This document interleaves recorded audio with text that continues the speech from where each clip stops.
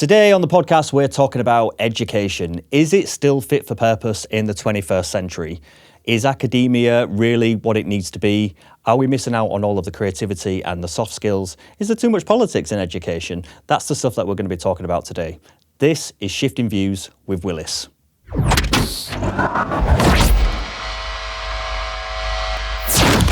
Darren Squires, welcome back to the show.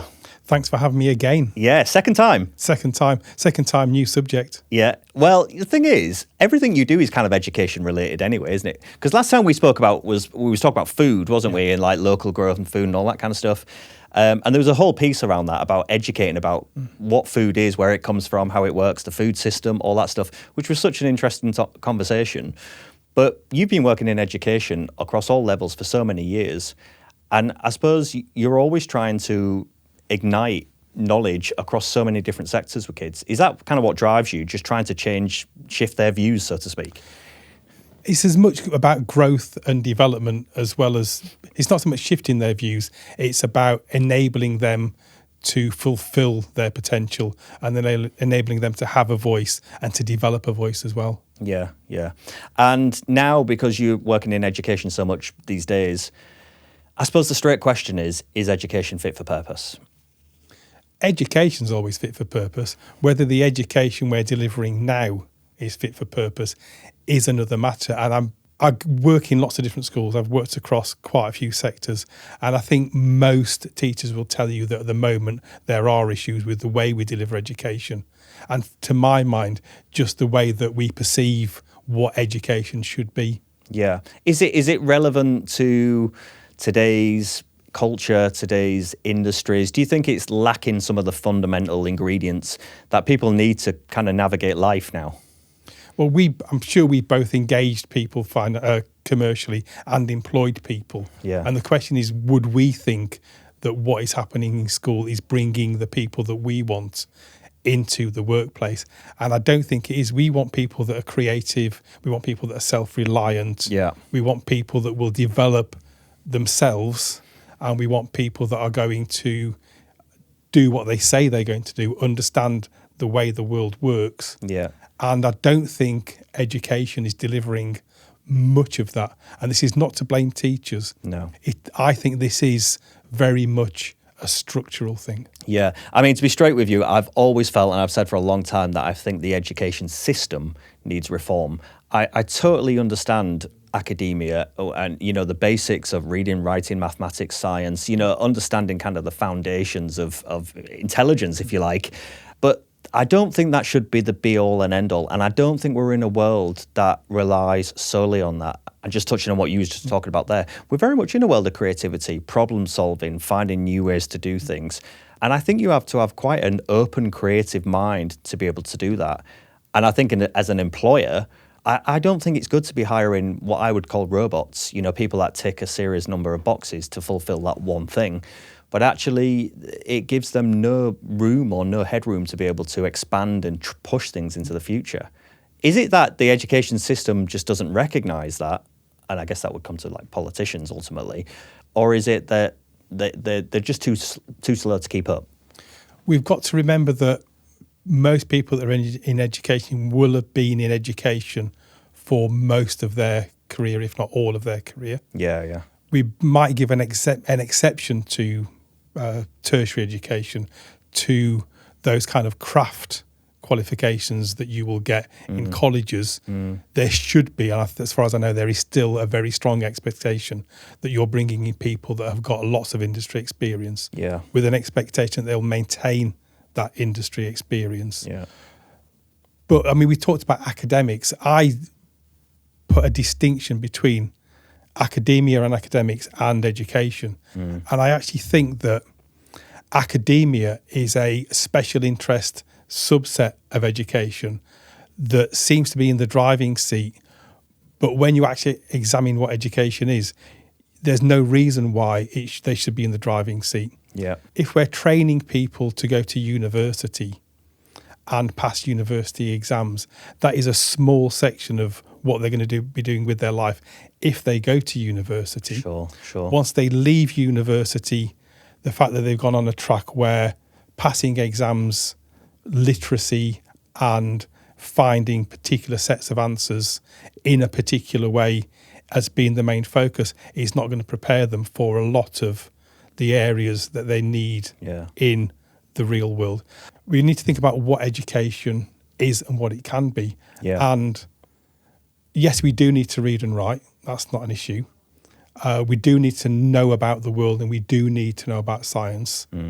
But what we also need is all of those other skill sets that are vital to being a valid human being, to being a valid member of society. Yeah, I absolutely agree. And I think if you sort of to define education, I mean, what is education? Education is kind of learning something, improving something, you know. So if you take school and college and all that kind of out of the equation, we're all being educated all the time. You know, we learn every day from the people around us, from the jobs we do, from the sports we play, whatever. You know, it's life.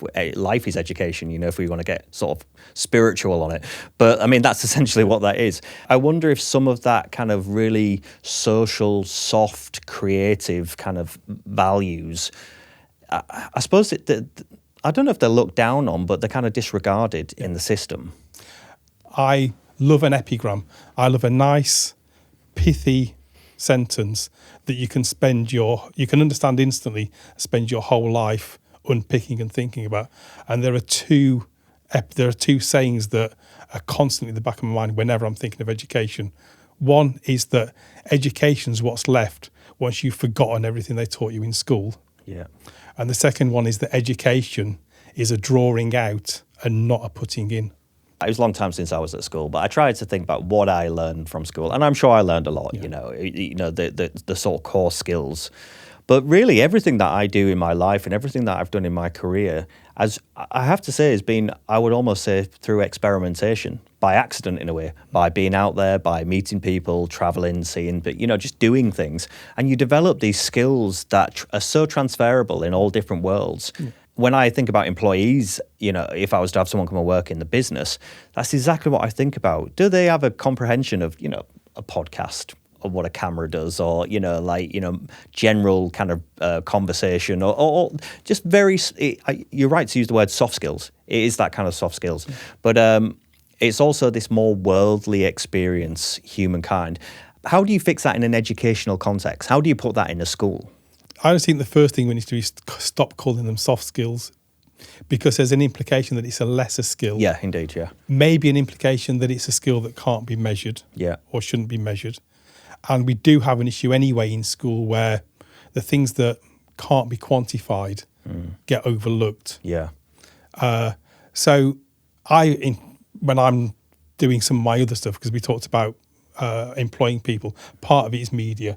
Yeah. And I have interviewed quite a few artists, quite a few of whom teach in schools or work in schools. I work in school probably more now as some kind of an artist as I do as a teacher. Yeah. And the question that I always ask them, and I always ask myself, is, can you teach creativity? And they all said yes, and they all had very clear ideas of how you can do that.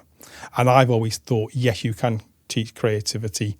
And most of my work in schools at the moment is teaching creativity, and that is a massive and important skill set.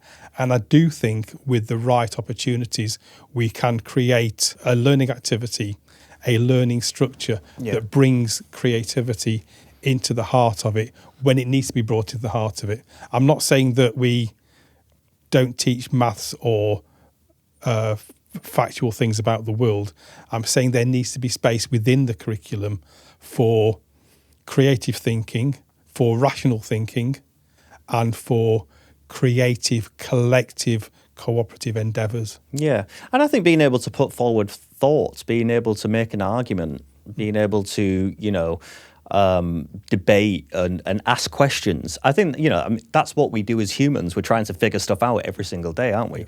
And I'm not sure that that's really given the opportunity within formal education, because in formal education, I mean, essentially you're set by a number of parameters. You're taught a syllabus that's been designed by, you know, at a national level, at a government level, and then you're assessed on a paper that says, yes, you qualify for that because you remembered what we told you, essentially.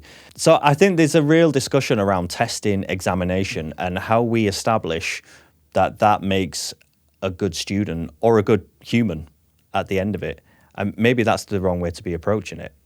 It's a skill set, and it's an important skill set that some of us need. I'm going to put my hand up and say I got quite good at getting the maximum value out of the minimum input when it comes to doing exams. Yeah. I'm exactly the kind of person that I criticise for not understanding the value of a broader creative and vocational education, because I pretty much sailed through my A-levels and my GCSEs or O-levels as they were then. I went to university.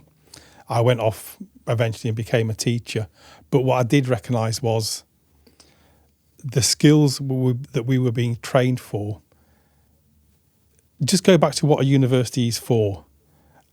And I'm sure that anybody that went to university, especially in the liberal arts, will recognise this as being in the deep DNA of a university. Yeah. A university was to create doctors in a world before science, lawyers and clergymen. So the way that we put arguments together tends to be very non-scientific. You tend to be rewarded for having original but unsupported thoughts. Unless you are doing something where there is genuine research, when you get to kind of postgraduate level, Sure. you can get away with just talking the talk and using the right kind of language. And I got quite good at writing essays that intrigued and engaged lecturers or teachers without genuinely believing it or knowing that it wasn't an accurate reflection. And especially in things like English, some elements of things like sociology and things like that. Sure. So you've got one area of, you need high levels of literacy, you need the right language, and where does that language come from? I try my best to bring it into kids at school, but actually a lot of it comes from your home environment in your class. Yeah, yeah. So the confidence to talk about agency of Lady Macbeth, or to use that kind of social technical language is quite. A lot of kids on a council estate is going to be quite reticent, or on the estates now, are going to be quite reticent because they don't feel comfortable with any of that. But I've worked with children who are probably quite low achievers academically. They struggle with getting their ideas down on paper. They probably some of them will put in quite a lot of effort, but not do very well in their SATs, and probably will then start to be really let down when they get to secondary school. Yeah. So I do think we build them up and support them more in primary, and I work in both. But set a collective task for a group, however academic it is. Those pupils will. Whoever is in their group will achieve far better than any other group, because they will understand the instructions that I've given them. Yeah. They might not know how to genuinely achieve that on their own, but they will bring the group together and they will focus the group, and they will use what I said was soft skills. I don't like the word used. They will use their interpersonal skills. Yeah. They'll use their organisational skills, and they'll use their quite strong language skills quite clearly, because they've understood a set of instructions that none of the other kids have understood. And yet they're going to come out of school most probably with very low qualifications and may well have been disengaged, because some teachers will only see them from an academic point of view. And I know I've said I don't blame teachers. I know from my point of view as being a teacher and working in schools in other roles, I start to see behaviour. I start to see getting the task finished. I start to see the things that I'm going to be measured on and they're going to be measured on as being really, really important. And I will go away in the holidays and hate myself for having thought like that and having had that mindset. Yeah. But I know when I'm in class, it's really hard not to have that mindset. And I also know my bosses and peer group would not be very happy if I said, yes, we haven't achieved what you asked me to achieve, but look how happy all the kids are. Yeah, no, absolutely. I absolutely agree. I also worked in schools as a teacher for a while, and I came away from it because I really didn't enjoy it. I didn't enjoy what it was you were doing. And it's an age-old thing where we talk about kind of ticking boxes and achieving, you know, a certain number of status, certain number of grades, all this kind of stuff. And that does happen. That is what it is. That is the culture of the school. And I've always said that I think there's a difference between people being smart and people being intelligent. And I don't think they're the same thing. Because intelligence is something that we measure on a piece of paper and say, well, they did this, this, and this, so that means they must be great. But actually, most kids are actually quite intuitive. They're quite smart. They understand things that are going on. But as you say, they're deemed underachievers because they didn't achieve the criteria that had been set out on some paper or something like that. And not only did they not achieve it, but they weren't really ever given the opportunity to truly achieve it because, you know, the system by which they're being educated is not really taking into account who they are as people, how they think they're human beings, because it's such a rigid structure. And then, of course, the output of that really is that you have these quote-unquote underachievers, you know, academically at least.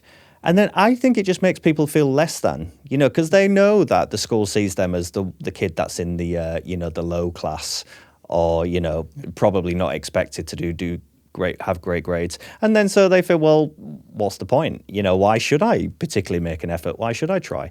And we did a podcast the other day and we was talking about crime and prisons and stuff like this.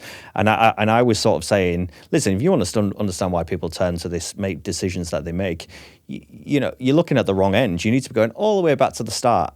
At some point, there's a transition where people, young people, change what they believe their purpose is and whether they feel that they have any self-worth and if anyone empathises with their position and are they given opportunities. And then you kind of go out and try and make it on your own and sometimes you make the wrong decision and then stuff goes wrong. So I think all of that stuff, post-education world, is hugely connected to how we raise and educate today's youth. Yeah. And, you know, we do need to look at what is important in education and in terms of, I'm going to say the academic side, but as I said, I think academics is a misnomer. I think it's what I would probably call basic skills, you know, literacy, numeracy, the ability to do maths. All of that stuff is important and we do need to make sure we have all of that in place. But we've got to be careful, for example, that why should literacy be a barrier to communication and to understanding? Because it's often not in the real world. Yeah. There are people that do amazing bits of work and their ability to spell everything correctly is not an issue. I was once teaching music in primary school and I was teaching how to write basic rhythms. Some kid got completely taken away by it and he was just writing rhythm, like 2-bar after 2-bar rhythm in crotchets and quavers. Yeah.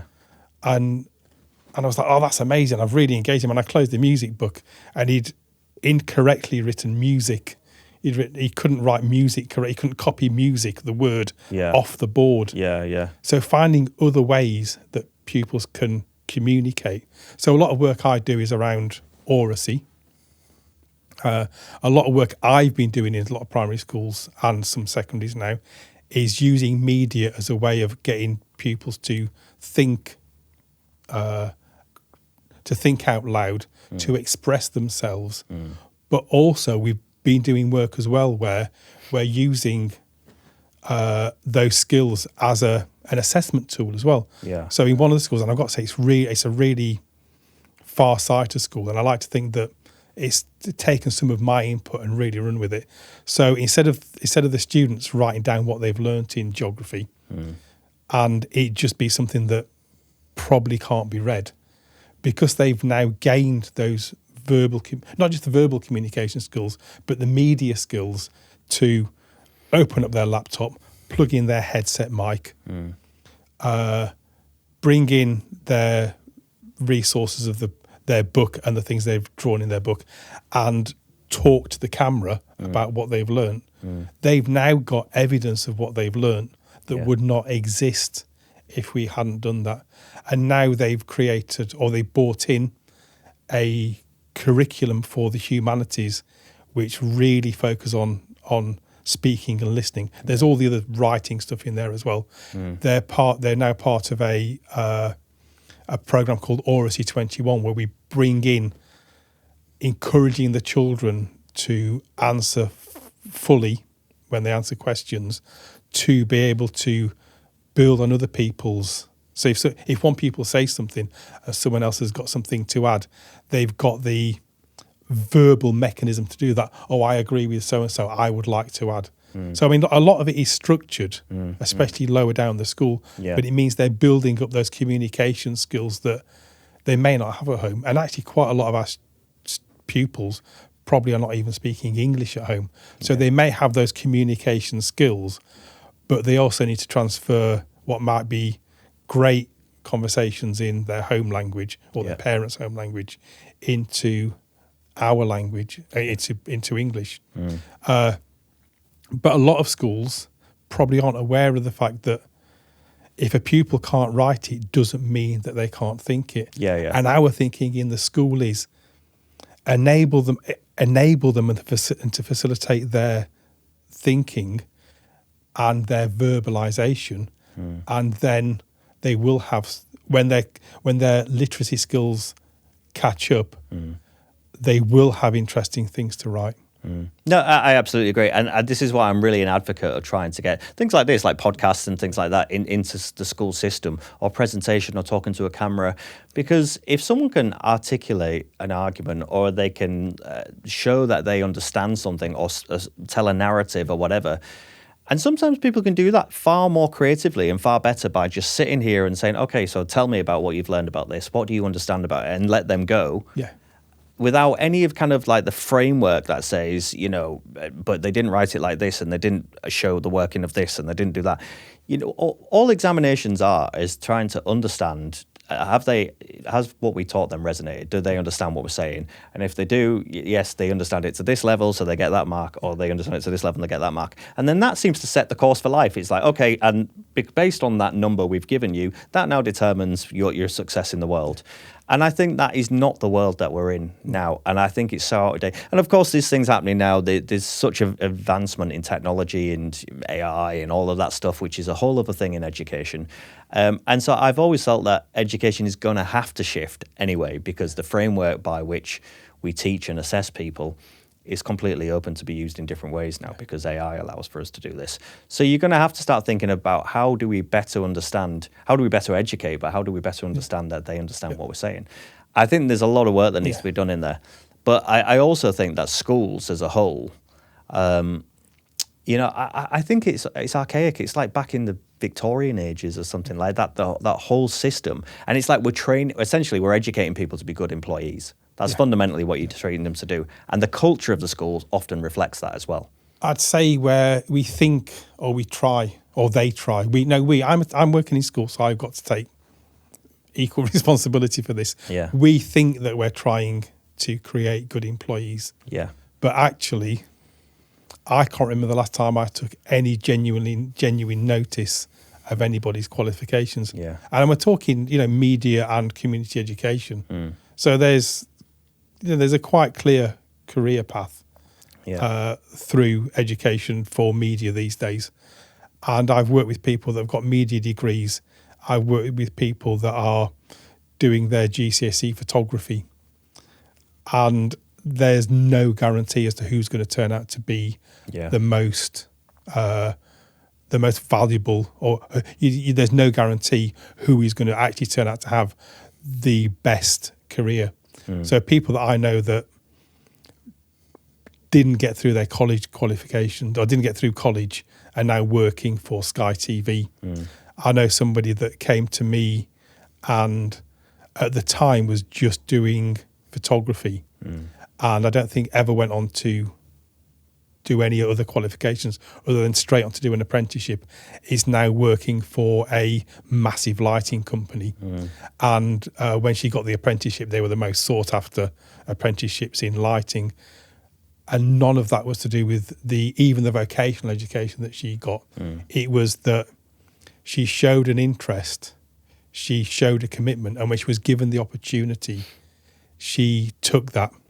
And the same with everyone else that I've worked with. And I've had people with college degrees, and I'm the one putting up their tripods. Yeah. And I'm the one making sure their cameras are plugged. Do you know what? I really believe this. I genuinely believe this, that the best careers, barring, say, the lionized careers, so let's say lawyers, doctors, those kind of areas, accountants maybe, most careers, it really is a people game. It's actually who you talk to, who you communicate with, if you get on, if you're a good personality, that definitely happens in media and arts world. But actually, I think it translates to most careers. And most people advance by, it's more their social skills, their ability to communicate and be good to be around, but also good thinkers with ideas and, enthusiasm and all that. That far trumps anything that anything says on a piece of paper. I don't care what the qualification is, unless you're training to be like a rocket scientist or, certain lionized things. But outside of that, for the most people, and I just don't think that's recognised. I still think so many degrees and qualifications are just irrelevant, because by the time you've even completed that, it's out of date. Even like people that are writing curriculums for stuff, you say, we're moving so fast. There's so many areas now where you say that, syllabus was written maybe 5 years ago. It's 5 years later, like it's actually completely shifted, So I think in some areas, there's even an argument to say that it's not keeping pace with it. Yeah. So I suppose the question is, what do we do? I mean, what's the problem head on for you in schools? What are some of the key areas that really you think need to shift? I'd say part of the key area is we need genuine space for creativity.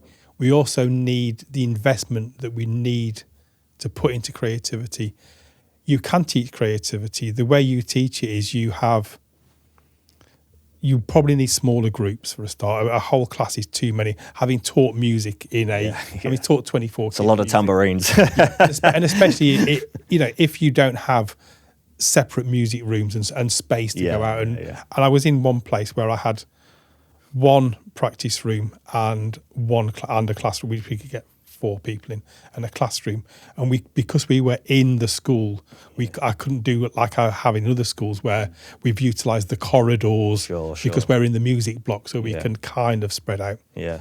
And we need to set we need a creative curriculum. And what a creative curriculum should look like is, there's a method of teaching, which is you have a lesson plan, you parcel out learning objectives, and you have times where you expect those learning objectives to be met, especially over, for example, if you've got a sequence of lessons, you're probably expected to show where those learning milestones are. Creativity and real world endeavours don't work like that. You have an end objective. Yeah. And how you get there. Well, it's not linear, is it? It's not linear, and the direction that you ultimately end up going and the path you end up going, even if you'd got an idea in your head at the beginning, you will probably never follow that path because your aim is that end goal. And teachers also have a tendency to impose their ideas. Sure. And in creativity, my idea of creativity is I should have an idea of where the student can go. And if they need to, I will discuss with them. And whilst having a discussion, maybe give them clues through my questioning, and through my discussions as to where they can go. And as a last resort, they will utilise my ideas. Yeah. But I will hold... It took a lot of time to do this, and it takes the luxury of knowing the school and giving me pretty much carte blanche. But I can sit literally with a 9-year-old or an 8-year-old or a 13-year-old, and they will be trying to solve the problem, and I will ask questions, probably won't even make suggestions, and I will say nothing until they've come up with a solution. For every student, that discovery is a discovery that they make. Just because it's been thought of before doesn't mean that you should give them what they've thought of. Teachers would panic if they didn't know how they were going to achieve something. Yeah. One of my main worries as a arts worker, for all intents and purposes in school, is that I do something that I know how to do. If I know how something's going to go, then I am stealing, and I let the students or the pupils know that, and I impose my prior knowledge. I've stolen something from them. Now, teachers are capable of doing that kind of creative way of working with pupils, but it's not part of what they've been taught in university when they went to do teacher training. If it was, it would have been a minor part, and it would have been something that they've forgotten. Yeah. But teachers are amazing, and they're amazing at engaging with students. Primary school teachers especially, I will say this, I think that primary school teachers is where the genuine high-level education skills come. I've taught in secondary, I've taught in primary. Primary is a much more challenging pedagogic system. You've really got to know your stuff in a way that in secondary school you are kind of imparting a fraction of you're imparting a fraction of what you learn at A level in history. And I know history teachers are going to hate me for saying this, but I can teach Tudors because I did it at A level quite happily without a lesson plan. And I know they're going to hate me for saying that. Can you imagine trying to teach a 6-year-old how to read?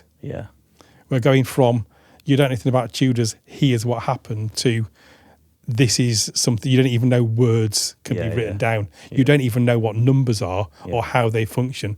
But after a year with me, you're going to understand a fundamental system of organisation like numbers. That's where the real work happens. Teachers can learn this new way of working. They just need the CPD, they need the support, they need the space to do it. And I think we need more critical thinking. There's not enough critical thinking. Again, occasionally I have little slivers of opportunity because I'm teaching ethics, or I'm teaching a little bit of maybe politics, or the lesson plan for some reason won't download. And so I've got an hour to spend with the students doing what I want to do. And I will be very Socratic. I will simply ask questions and value their answers. And it seems quite clear to me in that moment, it's the first time someone's asked them what they think about a moral issue or a societal issue, and then considered it, challenged them on it, got them to think more deeply on it, and asked the students what they've thought. And in the right, it takes the right school, but in the right school, they're completely hooked. Because it's the first time they've had a chance to think those kind of things through. And we also seem to teach maths in the fact that we have fear of maths, and the fact that we worry about maths, and the fact that we switch people off maths. I'm not necessarily saying it's the way that we teach it, but the ability to rationalise, to think completely abstractly. We don't need to teach them more maths. We need to facilitate students learning to love maths. Now that's a big challenge, but I'm sure that it can be done. So it's the approach to the curriculum, the approach to the education is the approach to how we're not saying like the science, maths, English lit, all that kind of stuff. We're not saying it's not relevant. We're just sort of saying how it's accessed and how it's consumed by the students, and give space somewhere else for other things. So don't impose English on maths, but also don't impose English and literacy targets in geography. Don't impose them in music, for goodness sake. Don't impose them in RE, which is one of the few areas. All my kids seem to have loved RE.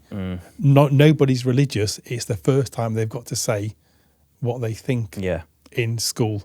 So if we've got, the kids that are actually probably quite academic as well, though, my kids, if we've got non-religious kids getting involved in RE, what is it about RE?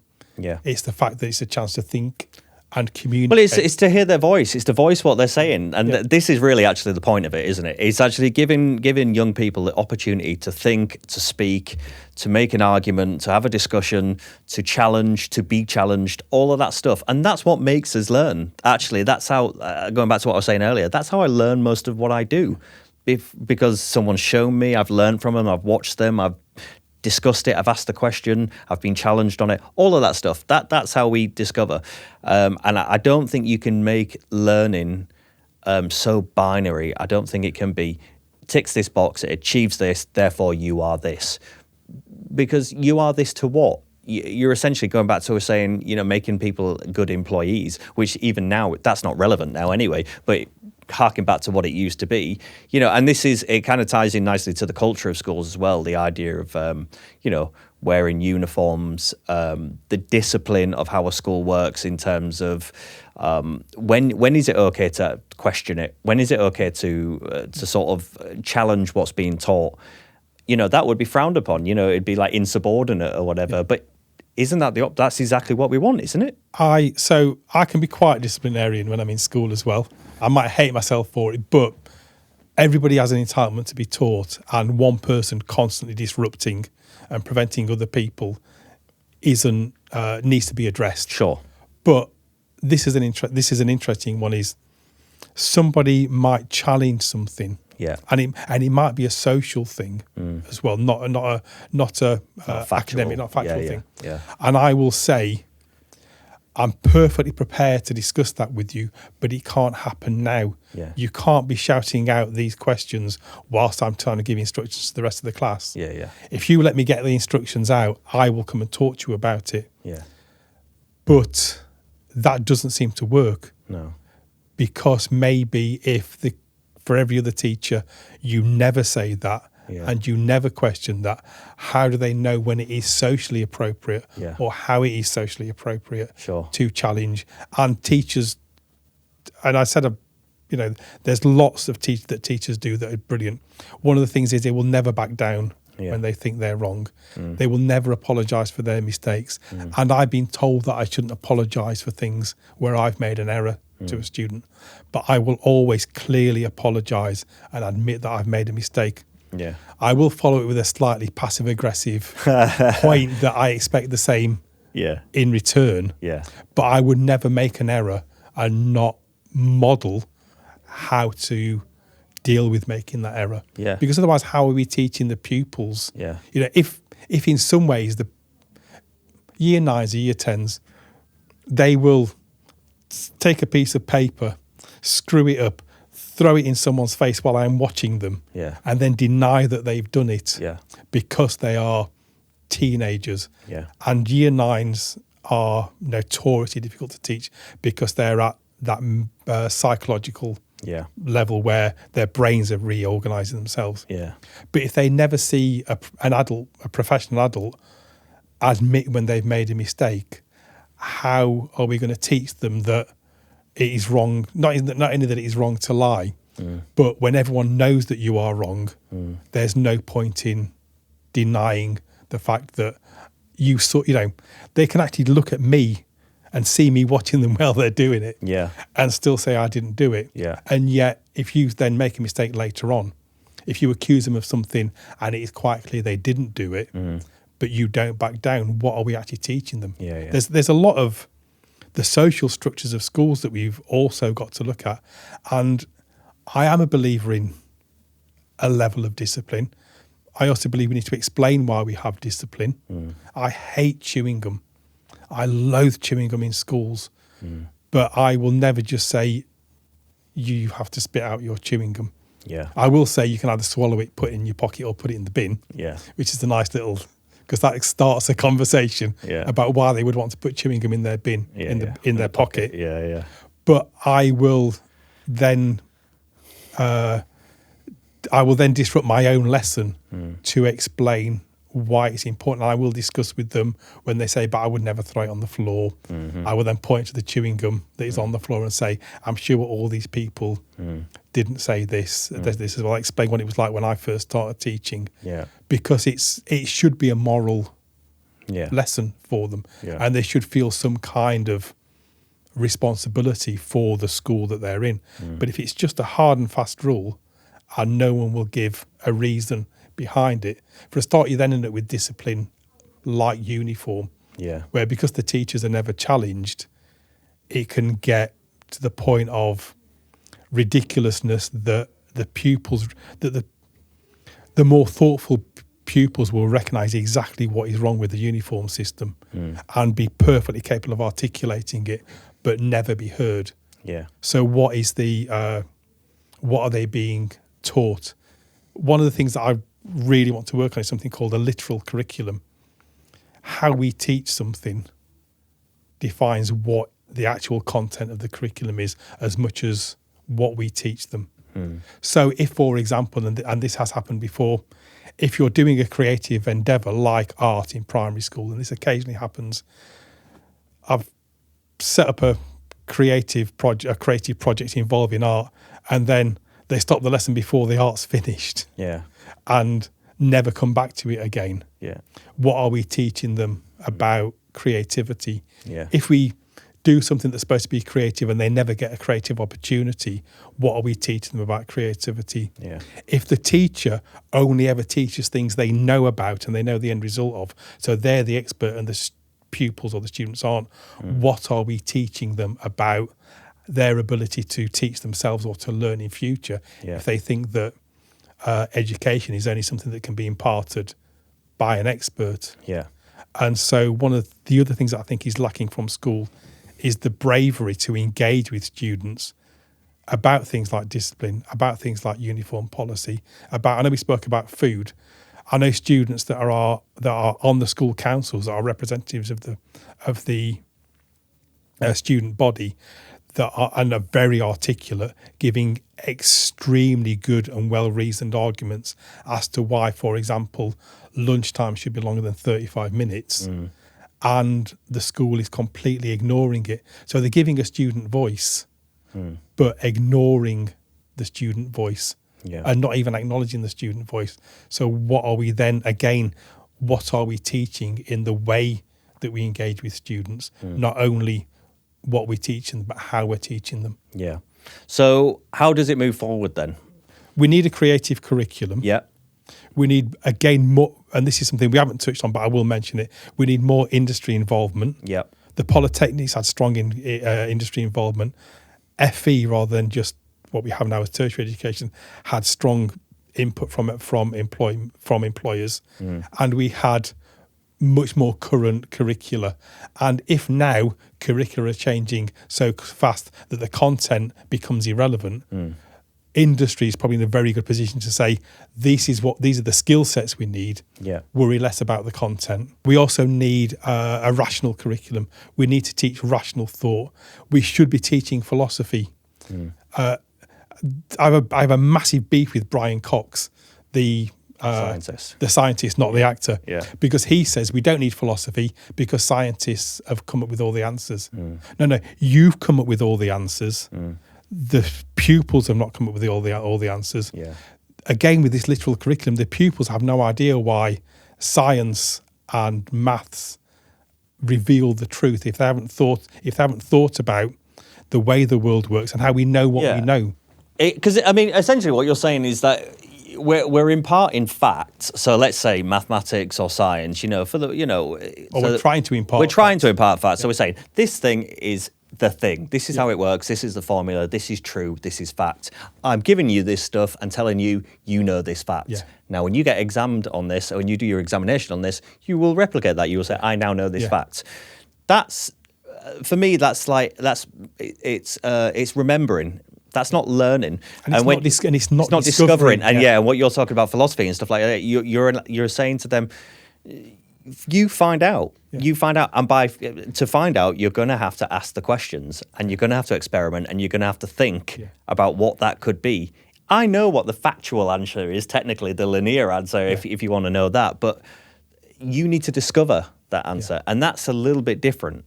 Because that requires a whole different thought process and an activity, and your brain to do quite interesting things. And I have seen science taught like that. I was in tertiary education as a support assistant back when I was working as a support assistant as well. And we sat through, I think, all three sciences, and they never told us anything. They gave us equipment, and we discovered Hooke's law or Boyle's law or how pulleys work. And from that, they then created the worldview. And if we don't do that, as Brian Cox says, they've come up with all the answers. If they've genuinely come up with all the answers for everybody, why do we have flat earthers? Why do we have people denying that we went to the moon. Why do we have people denying evolution? Yeah. It's because they don't understand the function of the information we've supposedly And given them. also because their beliefs are formed by the community and the people that they are around. And actually, that's a very different thing. The social sector that you're in, whether that's your family, your friends, your religious group, whatever it is, but that social sector kind of forms and molds. It happens in politics all the time. That people have firm beliefs in different politicians or whatever, or different theories, because that's what their group, their society sort of says that's what it is. Yeah. And then they get so, I guess it's indoctrinated to some extent, where they go, nothing else can be true. Yeah. And this is it. And I actually don't want to know about your scientific proof or whatever, because it's not relevant. And they've been excluded from mainstream science and mainstream maths exactly. and mainstream rational thought, because it wasn't the value and the purpose of it wasn't embedded in them. They were given a load of facts that they were excluded from, either because of their behaviour in class, and that might have just been because they didn't want to sit around doing, I think one educationist described it as low-grade administrative tasks. Yeah. They didn't want to spend their entire school career doing that. So they felt excluded. So those things they weren't engaged with. Yeah.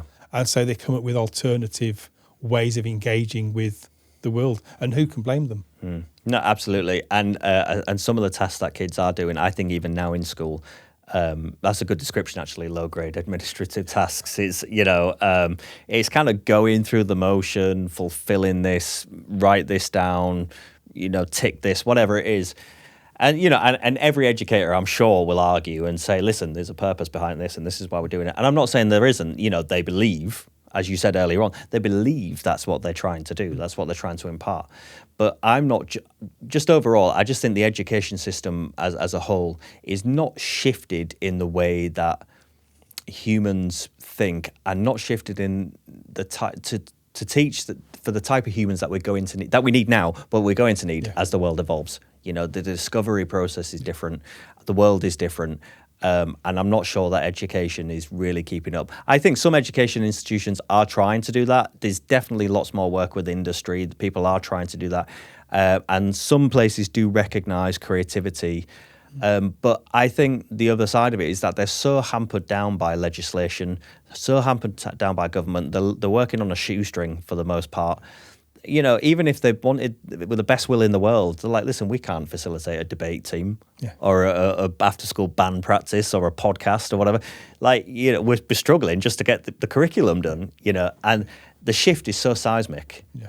And I suppose, really, to close up, how do we inject this shift? Do you have ideas in terms of simple things that education institutions could be doing, and schools could be doing tomorrow, to start thinking about, okay, how can we start within the frame that we've got? How can we start to inject some of this new thinking? I think they need to look at what the genuine priorities are and work out within the curriculum. And in this city, definitely, they have more room for manoeuvre, because over 90% of the schools are not constrained by the national curriculum. They just need a broad and balanced curriculum. But even within the curriculum, we can look at other teaching methods. So are we teaching a creative curriculum? Are we enabling oracy?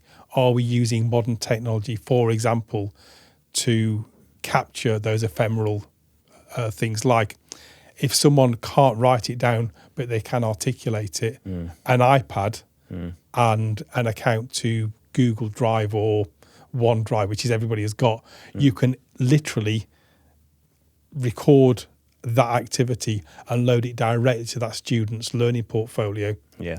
But as far as I know, I'm the only person that I've met that is doing that. Yeah.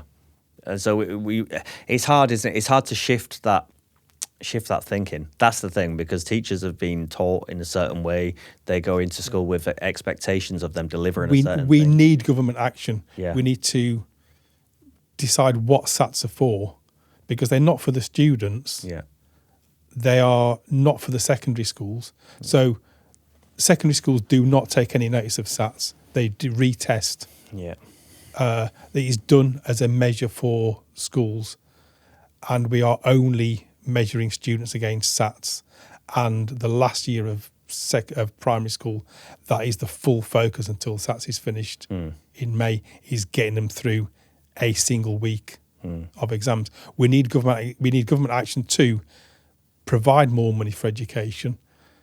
It is probably one of the most solid investments we can make. If anybody asks why did Singapore do so well, they invested in education. I'm sure anybody from Singapore will say we had a barely literate population, and within a few years we had one of the most literate populations, because we put the finances in. We need to put the money in, and we also need to then look at not only providing space for these things to happen, but actual professional development support to enable teachers that for the last however many years have been constrained. Once we give them the opportunity, we need that professional development to allow them to make the most of those opportunities. Yeah. Darren, we could talk about this forever, but we've been going a long time. But this is so interesting. And I guess we're trying to reframe education that's been in place for 100 years more, but it's definitely true. I mean, there needs to be some rethinking. I definitely believe that to say it's not fit for purpose is probably too strong, but the direction that it's gone in is not in keeping with the world that we're in, I think it's fair to say. And students need much more opportunity, I think, just to be able to be people. And not robots, essentially. That's the thing. We need to let them speak. We'll need to let them discover, and we need to find new creative ways to assess that they understand not just the factual stuff, but that they can think about stuff and come up with solutions themselves. Absolutely. Really interesting. All right, Darren Squires, thanks very much. Thank you for having me once again. See you again.